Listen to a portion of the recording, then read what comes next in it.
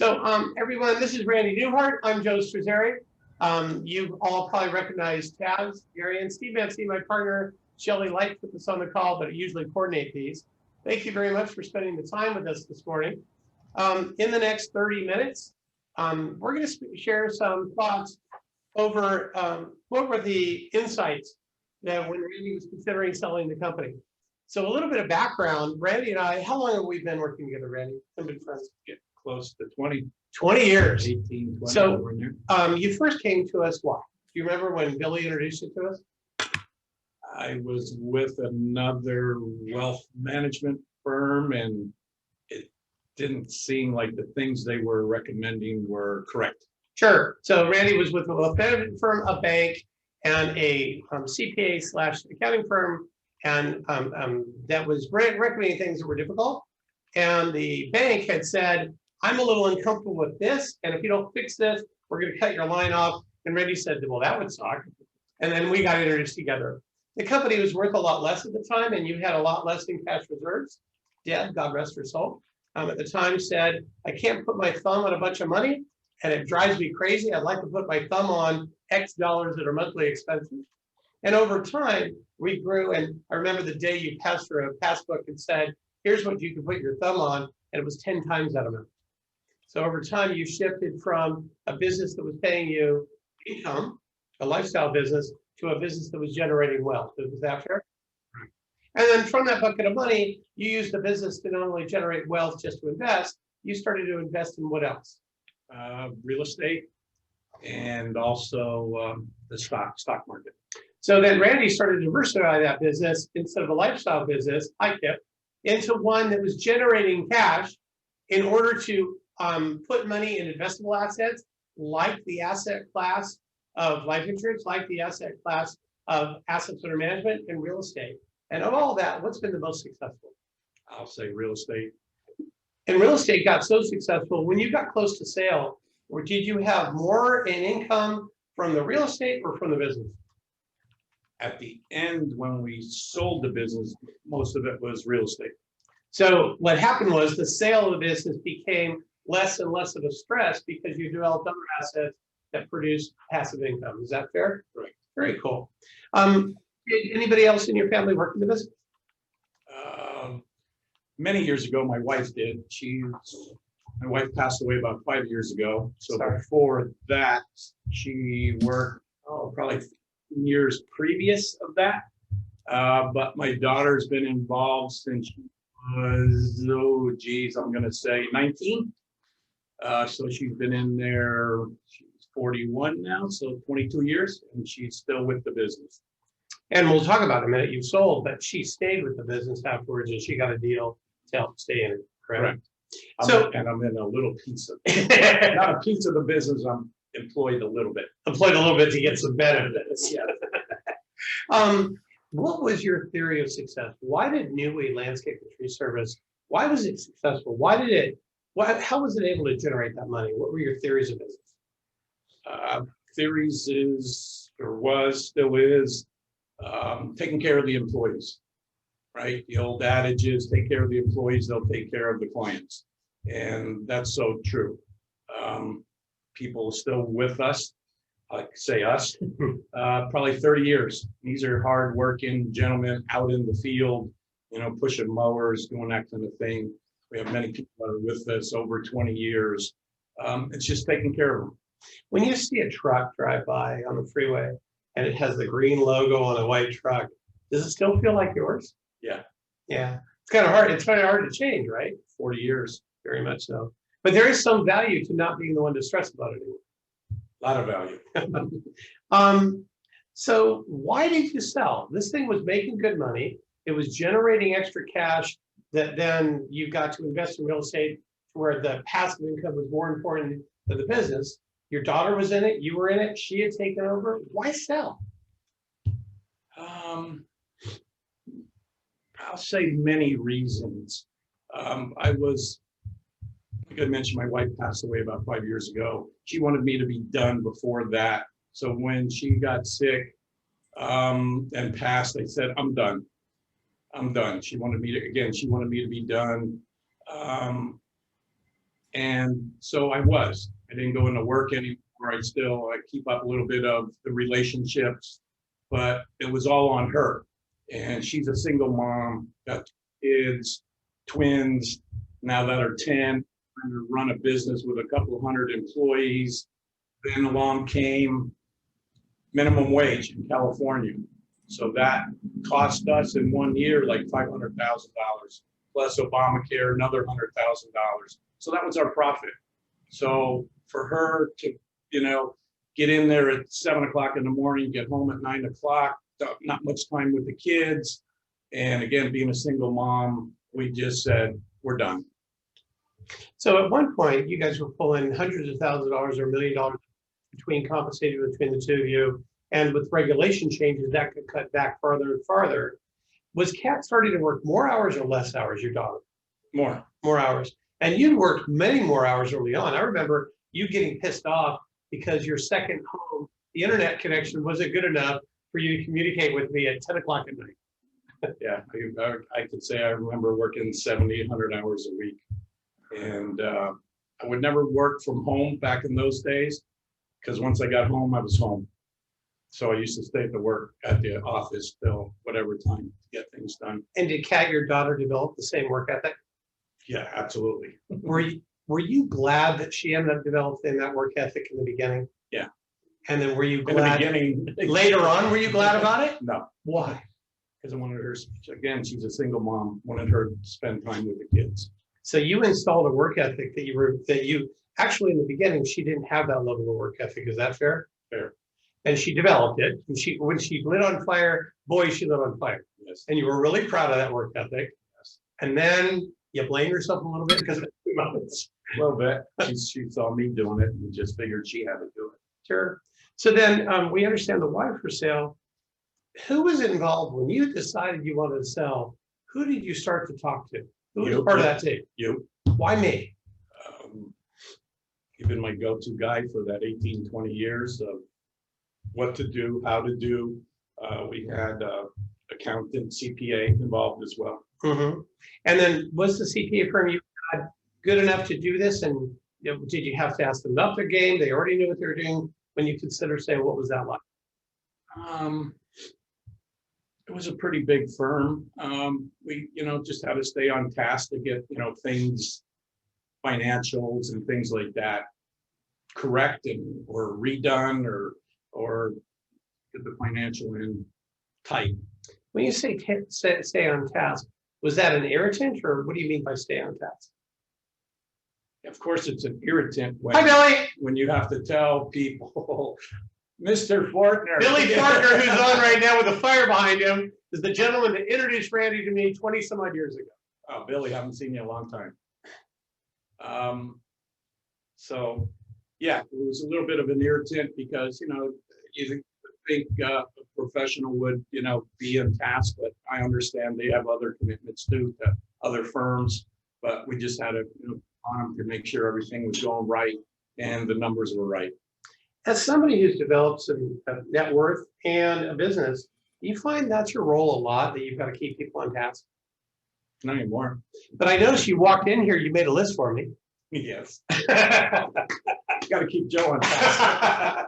So Randy will write with the upside down with his left hand, right? Yeah. Or right hand, and then write down a list. So you find as a business owner, you often have to keep people on task. Yes. Why is that, do you think? I think it's like anybody nowadays, we almost want an instant response, right? If we send an email, a text, whatever, we feel like we're the only person that they're dealing with, but we know it's not. So other advisors, I'll use advisors as the word, they have other things to do too. It's just, I just want to get something done, move on to the next. Did you have a financial advisor when you were considering your sale? Yeah, you think Jimmy? Yeah. Yeah. Was that person involved in the sale? Were you talking to them? Were they involved in any of that? A little bit. It was more, I'll say you, Joe. Okay. Why wasn't the financial advisor involved more? Is that just not what you see them doing, or is it what you see them doing?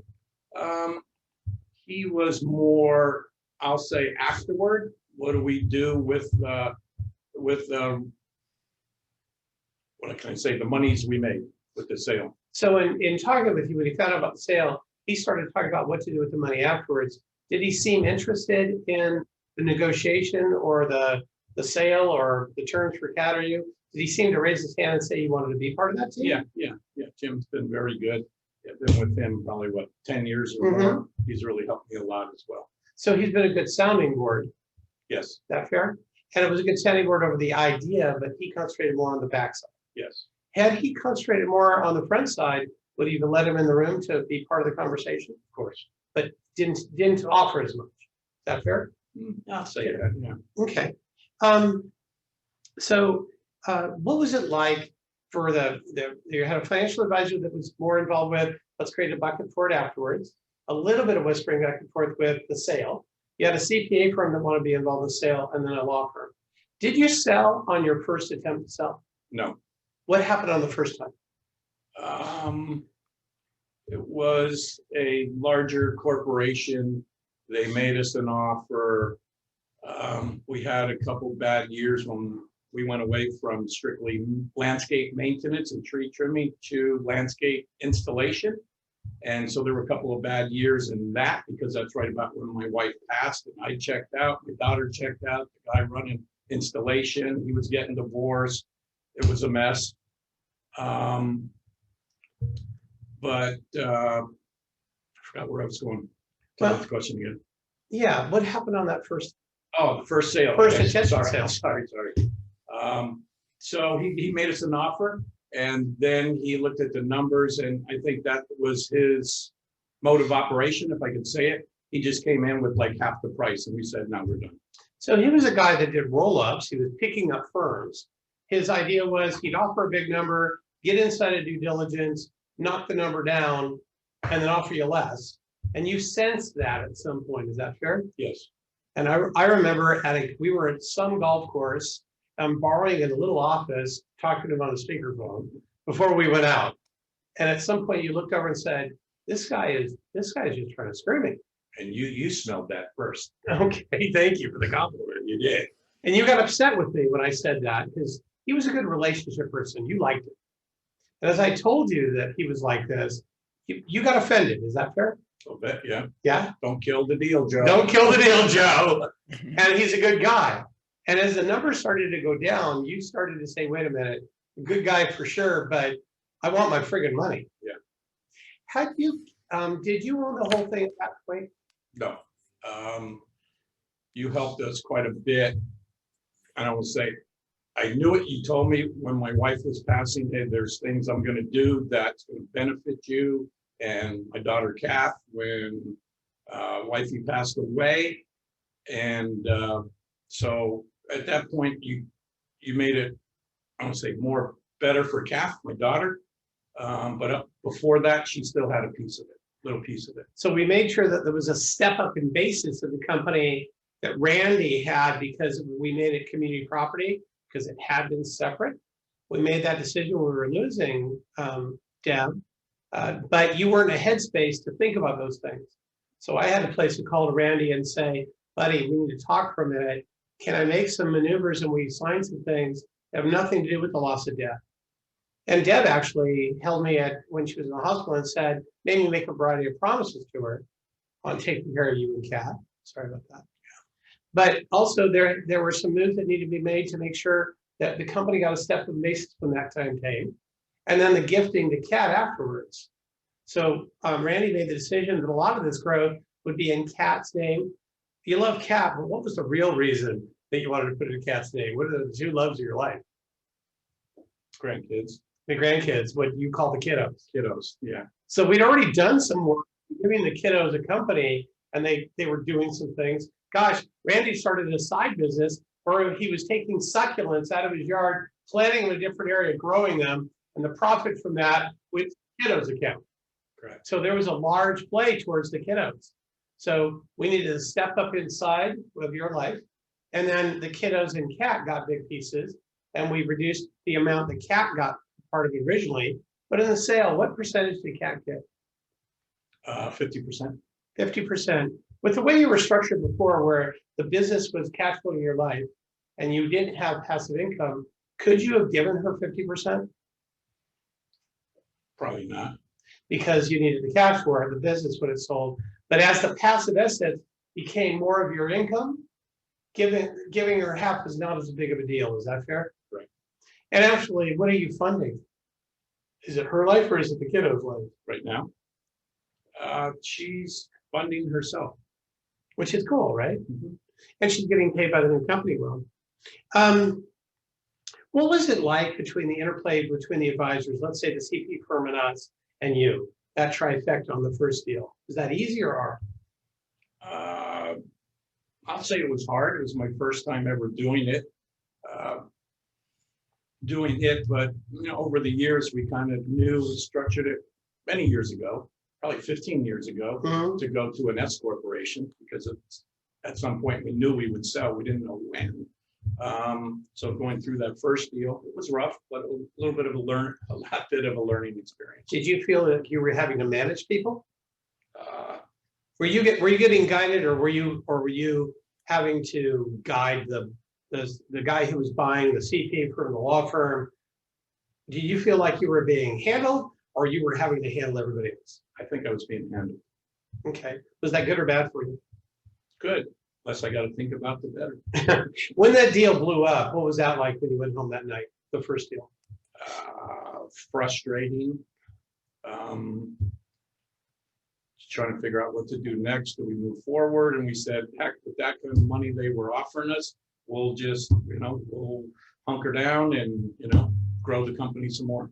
Because the kind of number they were offering, once you paid the people that were involved in the sale and then the taxes, you got a bucket left, and Jimmy was going to get the money, the cash it developed. Hell, you said to me, Joe, I'll keep it for 3 years. Right. So why not just do that and build it back up? Did you have to get back in the business and really start pushing again? No, it was all cash. So Kath started to work more hours to make it work. Yeah. So now we had to make the business worth more again. Right. Cool. So on the second time the sale came up, were you looking to sell, or did it pop in your lap? Popped in our lap. We had lunch with another competitor friend and a gentleman that was looking at, he was partnering with, and that kind of deal fell through. And the gentleman, I'll mention his name, Neil, went to Kath. I didn't know about it and said, hey, give me a number. She gave him a number and he said, done deal. I'm like, okay. Now, mind you, we've been working on the company to create more profitability, less dependent on you, less dependent on her. So the valuation was higher and higher. And when she came to you and said that number, were you surprised somebody was willing to pay that number? Sort of. You always think it's worth more. Did you want to squeeze them for more? Always. Did you get a little bit more, or was that the number? That was a number. But Okay. there was no holdbacks, no, got to hit this number, got to all these other things that normally a roll-up company wants you to hit and do over a year's time. It was just a solid number. Did we talk about the fact that somebody was going to come at you and try to knock that number down again? A little bit. And did he have an attorney that tried to go down that path? Yeah, that was a fun conversation. 4 hours. So what was it like? And normally you would find people buying and selling would make a deal, and then the CPAs and lawyers would negotiate. Did we negotiate without you or with you? How did that work? Both. It was, I still remember that 4-hour conversation, exactly where I was. You were on the phone. His attorney was saying, this is not right. This shouldn't be done this way, because I was negotiating with the buyer. I mean, I knew him. We went through a lot of things over the months, probably took 6-8 months to get the deal done. But me and him and I were always talking about stuff, but the attorney was trying to say, hey, you can't do this. You should deal with Joe, and then Joe deals with me. And then she went back to the buyer. And I just told her at one point, I'm sorry. On the phone that night? On the phone At that 10 night. o'clock at night? Very, very softly, I just told her to shut up and we have worked through this deal, me and myself and Neil, and this is the way it's going to go. So a little bit of background, there was a number, and of course there was due diligence. In that due diligence, there were a variety of things found. And then the number was the number, but we had all sorts of terms of the deal, limiting liability for Randy and Kat, because they both had stock. There was cash in the company, there were receivables, there were payables, how that was going to work out. My point was, let's slow down on our payables, increase our receivables, and that's your money. Her point was, that's the new buyer's money. Every dollar I said was yours, you're not getting any more. If I was her, on her side, I would love her position. And she probably had 20, 25 things in the agreement. Every time I would agree, she'd rewrite, but then there's 20 other things that got changed. And she was negotiating for a client. At one point I called Randy. I said, it's time for you to go to work, buddy. And he said, what do you mean? I said, I need you to go to work. I need you to get a kneel and I need you to push your issues. And I'd like to get everybody on the phone. The other attorney refused. I said, well, the boys are getting on the phone and I'll be there. Are you coming? And it was, we started at 7 o'clock at night, read till 11 o'clock at night, and you did your work. And you saved money for you, the kiddos, and your daughter, right? Correct. Cool. Did it later turn out to be important that you limited your liability the way you did? Yeah, sure. Why is that? Well, in California, there's, I don't want to say there's attorneys. It's called, was it wage and hour deal. So right when we closed, like 2 weeks later, we got hit with a class action lawsuit that saying we didn't pay people their breaks, or they didn't take their breaks, or didn't take their lunches, and I don't know, I want to talk to you about this too, because I think it's unscrupulous for an attorney to go after us with a person that worked for us for 6 weeks. And before those, right during those 6 weeks, he went on workers' comp. And then he comes back and then files a lawsuit against us. So we have some insurance for defense costs. We've got what we limited the amount of time somebody could go back and say it was yours. And we limited the dollars. And about 10, 11 o'clock at night, we were limiting the dollars and she didn't like that. No. But it became important. So there's a lot that went into that deal. Do you have any regrets now that you've sold? None. None. Oh, the only regret is that I didn't sell 10 years ago when it was probably worth 3 times as much. That's just like me when I look over and somebody says, any regrets about being married? Yeah, I should have done it 10 years earlier. Yeah. But I should make that 9 years earlier because I hadn't met anybody then. What do you wish you would have known when you started this that you know now? When you started, either started the business or before you started sale 1 or sale 2?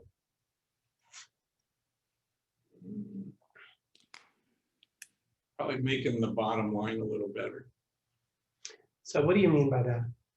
Because I know what you mean, but can you explain it?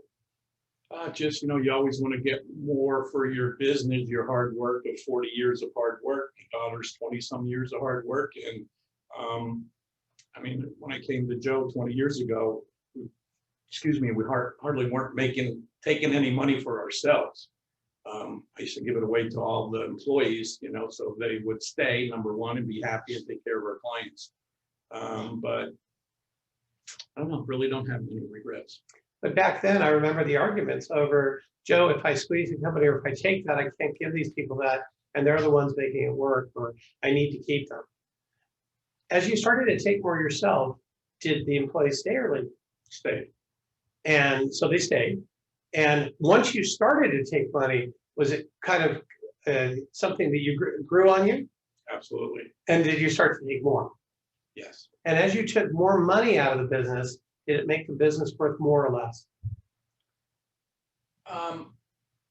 I think it makes it more because there can be add backs. You can have add backs. So we started to do things that were add backs. We started to take more money, but it was hard because you're very dedicated to your people. So how did you deal with the balance of dedicated to your people versus taking more? Just be involved with your people. We used to do company picnics every year where the account managers and the branch managers would cook the barbecues at this big park. But I made sure every year I went to every person and shook their hand, said thank you. I still, even a little bit, I'm involved on the relationship side. If somebody's there for years, like one guy yesterday, I texted him or emailed him and said, hey, Jimmy, thanks for 12 years. And I still remember the first day we met and where it was and what we talked about. So it's, just staying connected with the people. So taking care of them can be loving on them, not just the financial part.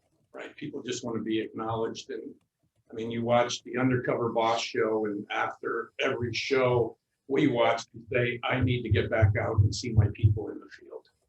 Yeah, very much so. And that's a big lesson. You had some bad years. Did any employees or leadership come to you and say, I'll take less of a check during the bad year? No, When you have really good years, have anybody come over to you and say, I need a raise or a bonus? all the time. So you got to struggle. You got to struggle through that as a boss, right? Cool. So any final thoughts before we're off? None. I don't have any regrets. I did this with Joe Live a couple of years ago, and my thing to people is, my friends, whoever they may be, and they say they're working. I wish I could work less. But my statement to them is, how much do you need? What is your number to be done? Why keep stressing out over work and trying to make more money and more money? It's not always about the money. It's about spending time with the family, your friends, travel, whatever you want to do. So just, you gotta have fun along the way. I always said, even before Death Pass, you gotta have fun along the way, because you never know when you're gonna leave this earth. So hopefully you guys all do that, and gals.